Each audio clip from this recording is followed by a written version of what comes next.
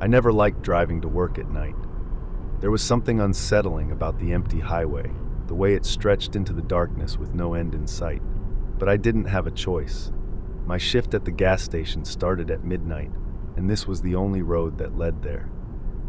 It was always the same, just me, my old sedan, and the occasional distant headlights from some other late-night traveler. That night, however, was different. It started earlier in the evening, when I stopped for gas at a small, rundown station about 10 miles from my workplace. It wasn't my usual stop, but my tank was running low, and I didn't want to risk getting stranded in the middle of nowhere. The place looked deserted, just a single flickering light above the pump, and a grimy window that showed an empty cashier's counter inside. As I filled my tank, I noticed something strange. A black car sat parked at the far end of the lot, its windows tinted so dark I couldn't see inside. It wasn't running, and there was no sign of a driver. I paid it no mind at first. Maybe it had been abandoned, or maybe the owner had stepped away. But as I replaced the pump and climbed back into my car, I glanced up, and my stomach dropped. The black car's headlights flickered on. I pulled out of the station, trying to ignore the creeping unease in my chest. But the moment I turned back onto the highway, I checked my mirror, and the black car was following me. At first, I thought it was just a coincidence. Maybe they were heading in the same direction. But as the miles passed, I realized the truth. They weren't just behind me. They were keeping perfect pace. No matter how fast or slow I drove, they never got closer, never fell behind. They were just there. I told myself it was nothing. Just another driver on the highway, maybe someone heading home late like me. But as the minutes stretched on, the feeling in my gut tightened. The car wasn't acting normal. It wasn't passing me, wasn't falling behind, just lingering at the exact same distance, its headlights burning in my rearview mirror like two watchful eyes. I switched lanes, hoping they'd go around me. They didn't. They moved with me, smooth and deliberate, like they were mirroring my every move. I let off the gas slightly, waiting to see if they'd speed ahead. Instead, they slowed down just enough to match my pace. Not an inch closer, not an inch farther. A chill crept up my spine. Who drives like that?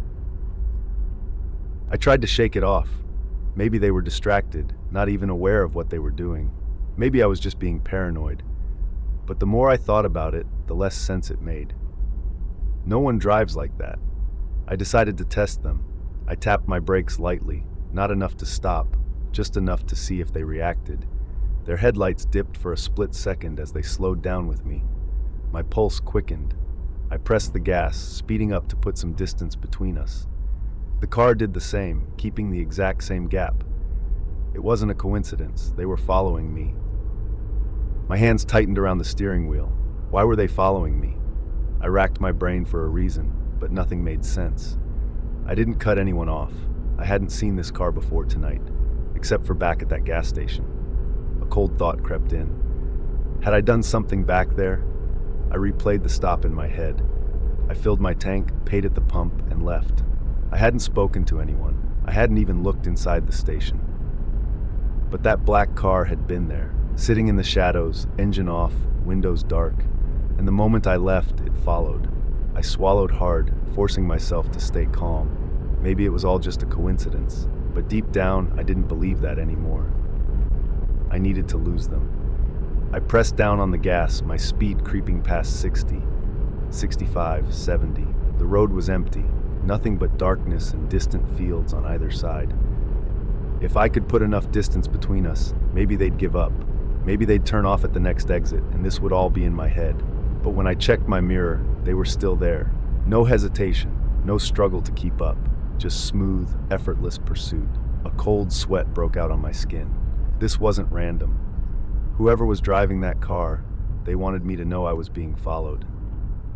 My breath came quicker now, my fingers gripping the wheel so tightly they ached. This wasn't normal. This wasn't just some driver heading the same way. They were playing with me. I flicked on my turn signal and veered into the next lane. So did they. I tapped my brakes. So did they. I suddenly swerved back into my original lane, hoping to catch them off guard, but they moved with me, perfectly in sync. Panic clawed at my chest. Who the hell were they? What did they want? The highway stretched ahead, endless and empty. My gas station was still miles away, but I couldn't just keep driving like this.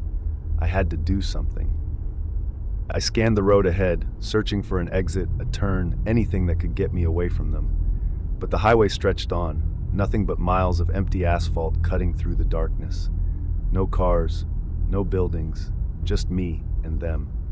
I tried to tell myself to stay calm, think. If I panicked, I'd make a mistake. I checked the gas gauge, just under half a tank. I could keep going, but for how long? Then an idea hit me. What if I tricked them? I flicked my blinker onto the right, slowing slightly as if I was about to take the next exit. At the last second, I jerked the wheel left, swerving back into my lane.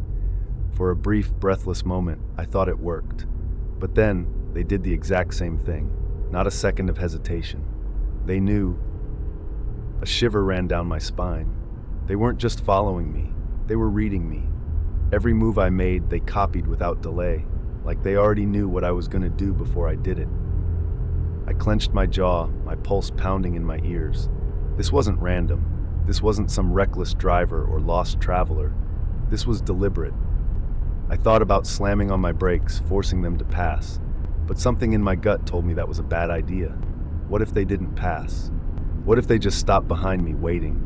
I couldn't let that happen. I had to keep moving. I had to make it to the gas station. It was the only place with lights, cameras, people. I pressed the gas harder. Just a few more miles. The road signs told me I was close. Just a couple more miles to the gas station. If I could just hold on a little longer, I'd be safe. But the black car, it wasn't letting up. I glanced at my rearview mirror, still there. The headlights gleamed like silent threats, unwavering, never getting closer, never falling back. Just watching. I could feel my heartbeat in my throat. Why weren't they doing anything? No honking, no flashing lights, no attempt to overtake me. Just this silent, terrifying presence. Then, for the first time since they started following me, they moved. Not closer, not away, but slightly to the side. Just enough that I could almost see the shape of the car in my side mirror. Just enough to make sure I knew they were still there. Like they were letting me know they could pull up beside me anytime they wanted. My stomach twisted. They were toying with me, keeping just out of sight, just out of reach, like they wanted me to feel trapped. The gas station was so close now. I could see the faint glow of its lights in the distance, a small beacon in the endless dark. Almost there. Just a little farther. Then the black car suddenly sped up. My breath caught. Were they finally making a move? I braced myself, gripping the wheel tighter, expecting them to pull alongside me, to cut me off. But they didn't. Instead, they surged forward, their headlights glaring in my mirrors, and then, just as quickly as they appeared, they were gone. They didn't take an exit. They just vanished into the night.